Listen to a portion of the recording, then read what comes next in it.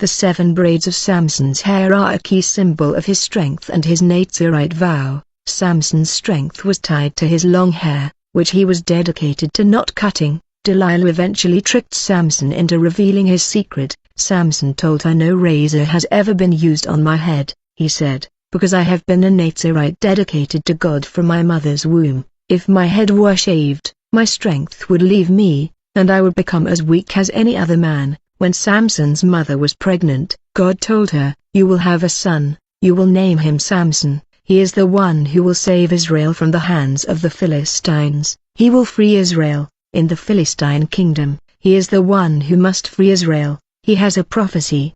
Braids symbolize glory. There are 7 braids that hide glory. The act of braiding something is the act of sealing a secret. 7 is the number of 7 secret hidden. We have the 7 churches of Asia Minor. In Judge 14 verse 1-2 it said, "One day Samson went down to Timnah, where he noticed a certain Philistine woman. He went back home and said to his father and mother, 'There is a Philistine woman down at Timnah who has caught my attention.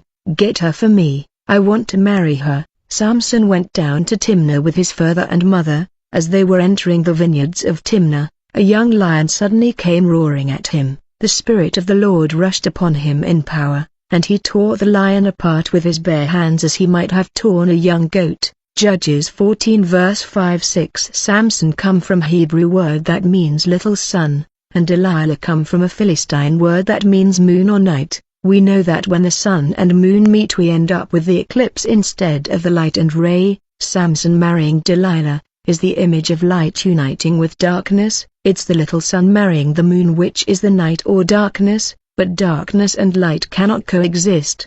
The moon is the opposite of the sun, and the light is the opposite of the darkness, for whenever the sun meets with the moon there is eclipse instead of daylight. But we see that when Samson was heading to meet his Philistine would-be wife Delilah, he came across a lion trying to stop him. This young lion is the image of the Lion of Judah intervening in order to prevent Samson, who is light, from uniting with Delilah, who is the moon and darkness, for light and darkness cannot unite.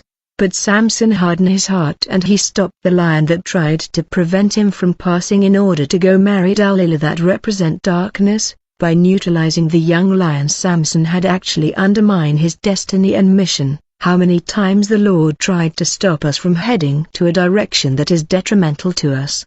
But we manifested hard heart and we made our choice to proceed. There are decisions that go against our destiny which the Lord represented by the lion try to stop, but we end up fighting him. How many times the Lord has tried to stop young leaders from rushing to marriage with the daughters of Jezebel and the queen of the sea. Time passed when Samson passed by the same road the lion Caracas gave him honey. Lions symbolize force but honey symbolizes sweetness. The message is that Samson will lose his vigor and force and will become soft. Samson didn't understand it. He went one to marry Delilah. We live during a time of eclipse, evening time, where there is no light, dark times where the light of God messenger is stifled by the terror. We know the enemy of many, and God is sending his agent to marry God's servant and pastors in order to undermine their ministry, anointing and consecration. Those who are destined to liberate Israel of the Spirit and those who are destined to liberate the church will experience a flaw.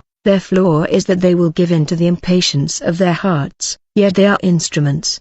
They will marry the daughters of Jezebel that will bring down their ministry and deviate their mission. Young men that have God call are targeted on sentimental level, and women coming to their life are sent by the adversary. The messengers and liberators will hurry to marry agents that are the daughters of the queen of the coast.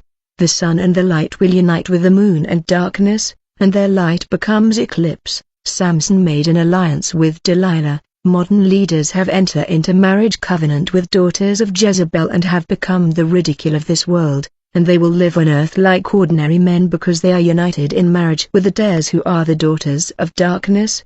Do not be unequally yoked with unbelievers, for what fellowship has righteousness with unrighteousness?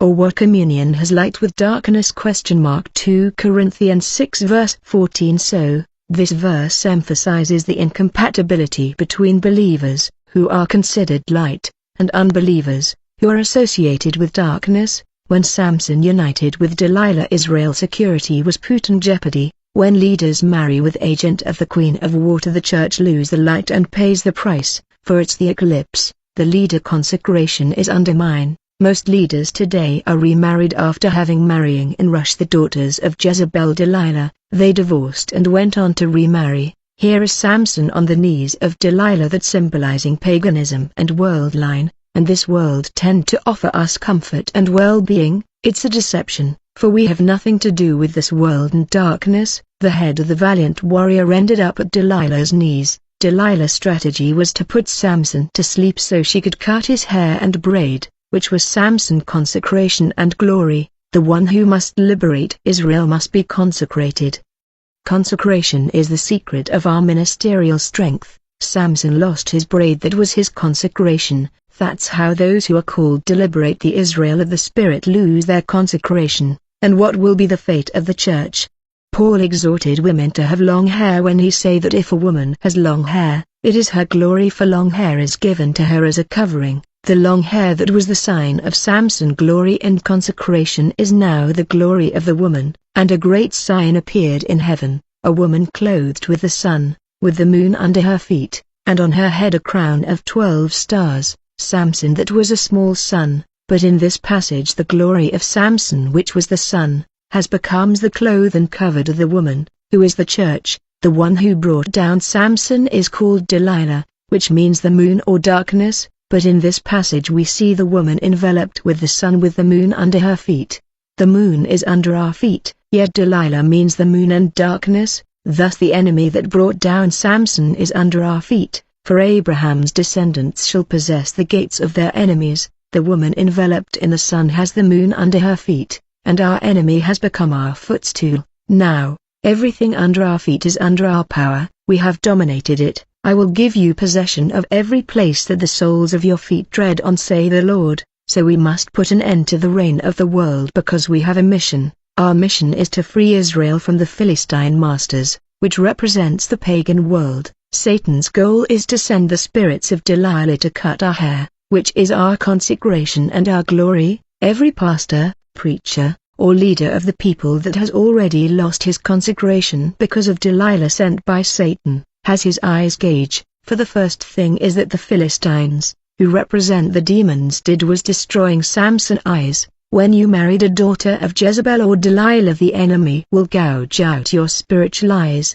Like these leaders who are remarried have lost spiritual sight, the Philistines gouged out Samson's eyes, and he was no longer be able to see. Although his hair could grow back, Samson's strength lay in his hair, and God restored his hair, but not his eyes. So he no longer had vision, but he had strength. He could say that I am dying today with the Philistines, my enemy, and he killed a greater number of Philistines more than when he was alive. But Samson was not called to die with the Philistines. He leaned on pillars and used all his strength and brought down the building where the Philistines were making a spectacle of him, and he died with the Philistines. But Samson was not called to die with the Philistines. He was called to kill the Philistines. You see, all this is to demonstrate the things lost in the Bible. We have powerful men of God but without vision. The vision is gone, but the strength is there. We can perform miracles. A people without vision, you